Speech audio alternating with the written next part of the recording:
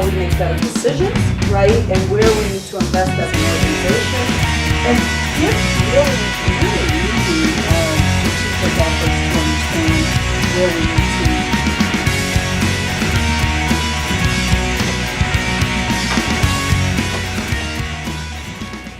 to. Welcome to another episode of Community Champions. We are here at Cigna, and we're going to be meeting with Eliana Nunez, and she is the Senior Director of Operating Effectiveness. Thank you. Going on. And the team really needs to be well aligned in terms of our key objectives of why we're doing this work, right?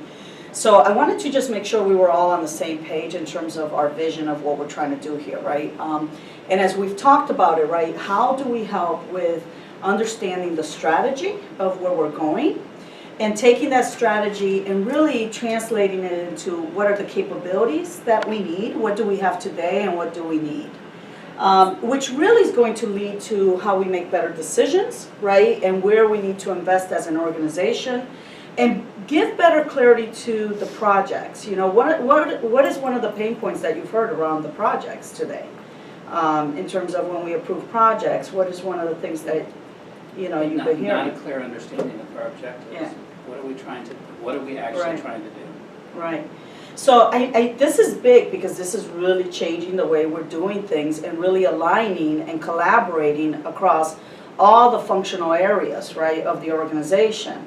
And so wanted some ideas from you guys in terms of what are some things we could be doing to help the team when we're leading this work and driving the change that we need to drive.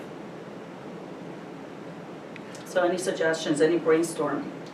Well, some of the things that my team's working on are around how we just elicit goals and objectives when we enter stuff into our portfolio management system. Those things will help us to align to the strategy, ultimately to the capabilities. Excellent, excellent.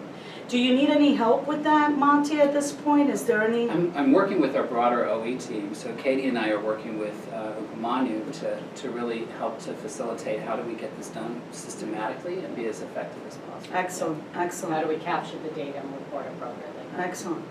I think we have to ensure we're in the right discussions with strategy so that we clearly understand where the enterprise is going, so that we do a good connection from the top down.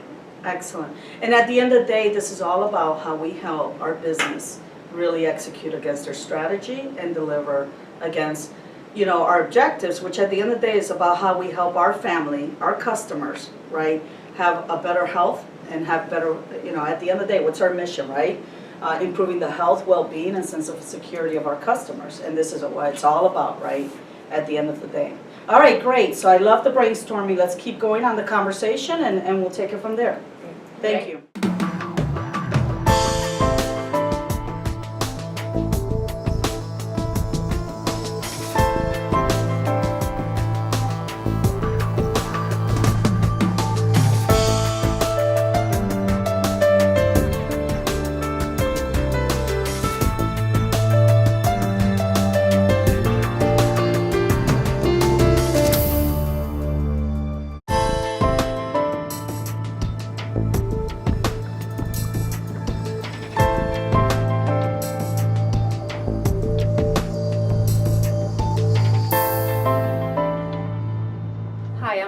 Blanco. Welcome to Community Champions, and I'm here with Eliana Nunez, and she works at Cigna, and she's going to tell us how she got to Cigna and what her career is all about, and I'm going to let her introduce herself and tell us a little bit about her job here. Hi, so again, my name is Eliana Nunez.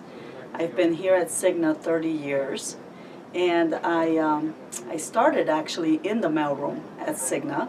I now am a senior director here, really leading our strategic efforts to understand where we need to invest to be able to meet the goals that we have. Our mission here at Cigna is to enable our customers to meet their goals around health, well-being, and a sense of security.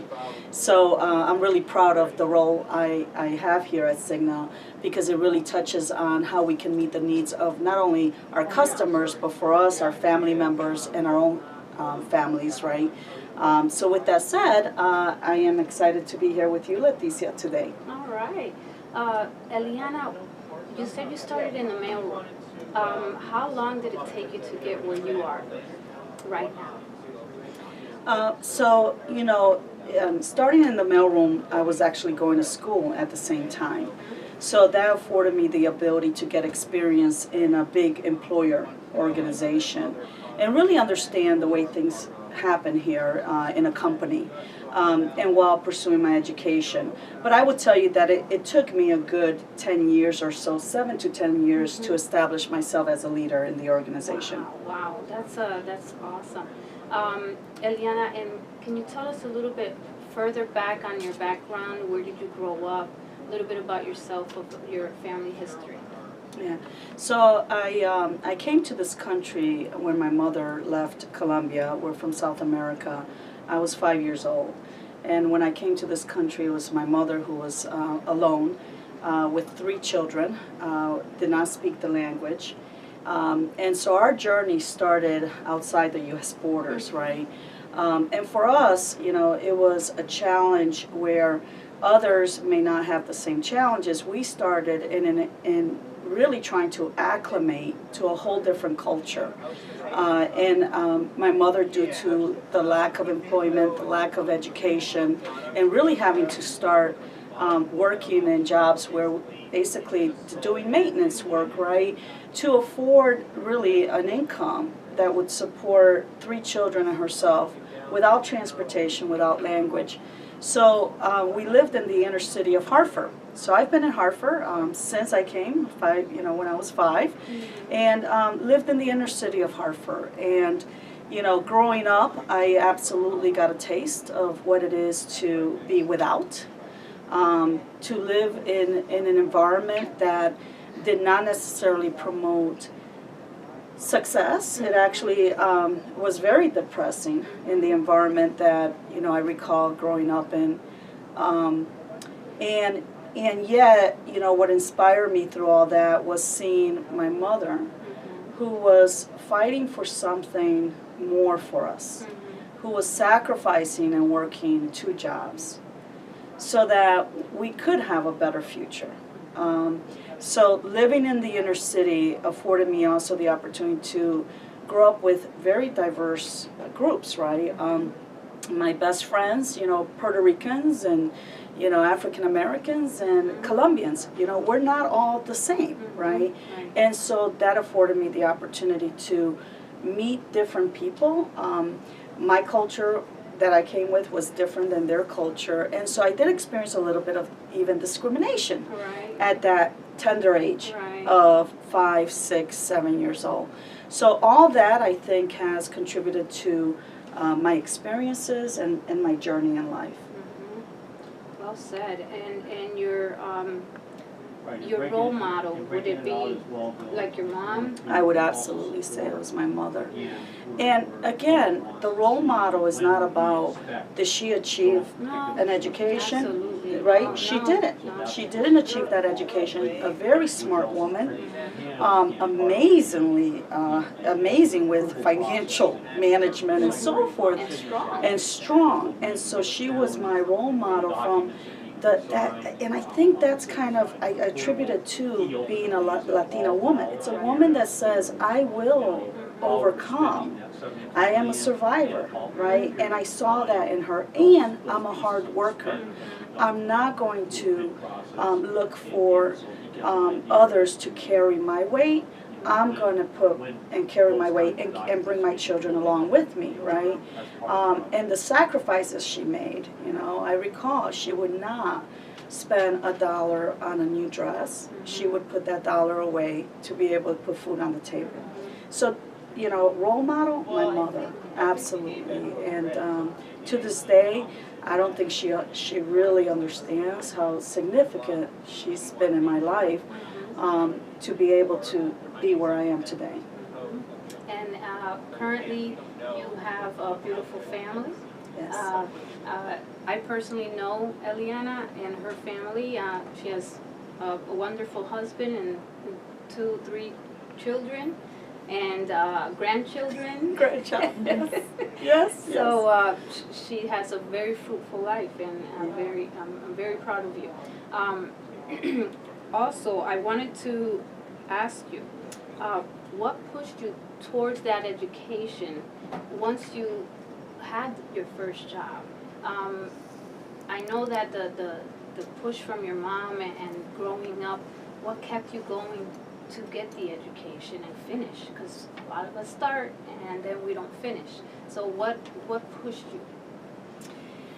You know, there was, even my mother as a role model, she couldn't give me that coaching and mentorship that I needed Right. at that time. Not because she didn't want to, she just didn't know how to. And so, you know, there was something driving me internally that was amongst even my environment and amongst all the challenges that I was facing. I wanted to do something with my life. I wanted to, you know, be better than, and be able to say to my mother, all that sacrifice, right, that you made, you know, it was for something, right? And I think the turning point for me, and I did well in my education, but I think a turning point for me was when my mother got very sick, and I ended up in a foster home with my sister. And I felt very much on my own, right? Yeah. My mother couldn't be there for us, and being in the system, although there's a lot of good intent, it's not necessarily always there supporting the children in a way that's going to be constructive. Right. And so I realized that the only way I was going to be able to be everything I wanted to be in this world was actually through my education. And I had a vision when I was a little girl of traveling, of having a family, and of going to college. And I think several things happened in my life that really cemented saying those are goals that you have. And I think for young girls and even young men, having goals, and even though you have challenges, if you at least have those goals, you keep those in front of you, and I think that's what persists you. So going to college was something that was a goal of mine, and even though I got all these challenges saying, you know, you might not get there, right? I made sure that I stayed focused on that, and I honestly can say, and this is where I think we can do a lot more for our children, is giving them mentorship and coaching. There's so much support out there financially. The counselors, I think, they do a great job. I think they can do a lot more of effort in terms of helping these young children that may not have the support at their home. Right. To be able to set those goals and be able to accomplish going to college and getting an education. And I would say that if it wasn't for me getting an education, I don't think I would be here today. There's many people that have actually been successful without it, but I think more and more the job market is so competitive. Yes. That I think getting an education and getting it in something that you actually enjoy Exactly, in life, yes. I think is really important. And so I think supporting the children along the way and making sure that there are those goals and objectives and that they are achieving that higher education. Okay. And you've given already great advice on how to get there. What would you tell the children and the youth that are just getting out of high school and thinking of college? What advice can you give them? Yeah, and I would say even, you know, the children in the 7th, 8th grade, Yes. because I that's where I also face some major challenges. And I would say, you know, one is there's the peer pressure. You know, and how you overcome that peer pressure to be who you are as an individual, number one. Because again, this is all leading to your ability to be able to go after that college education. But if these things get in the way, that prevents you from achieving your goal. So how do you become your own individual? Do not give in to that peer pressure. right? 2, how do you stay focused on your education? There's so much distraction, and even distraction from our own families, you know. Sometimes the negative messages we get them not only from the media, but also we get it from our own family.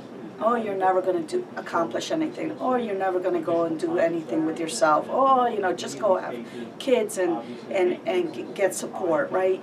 Those are negative messages that I think our youth are hearing today.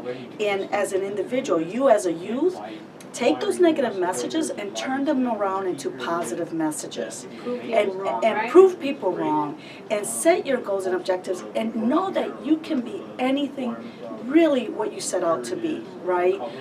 And this is why part of the work I'm doing with a nonprofit organization is also around how we provide role models to young Latina girls to be able to give them the tools to be able to envision and set their goals and objectives and journaling capabilities so that they can overcome these challenges that they face so that they can set their eyes towards those higher objectives and goals and achieve those. And again, seek counseling. From not just your counselor. There are mentors out there that may not sit in your inner circle. Look for a really good mentor and ask them, how can I go about applying for this college? How can I go about if I'm failing a class in high school? How, if I'm having challenges with my friends or my peers, how can I go about overcoming this? Ask for help and you'll get it. So that's some of the guidance I would give. Well, Eliana, thank you so much for letting us come to Cigna and joining you here today. I want to express that people like Eliana who have come through struggles and can persevere into a better way of life and prove people wrong who might have not thought that you could go as far as you have. It's a great accomplishment, and I'd like to congratulate you. You are a community champion. So Eliana, like I've said many times, I'm very proud of you. You are a true community champion, and for this is why we are here with you today, so that the public can acknowledge people like yourself for doing wonderful things with your life and being an example to others. So thanks again for being our community champions. And thank you for the general public for joining us today, and catch us on our next episode. Thank you.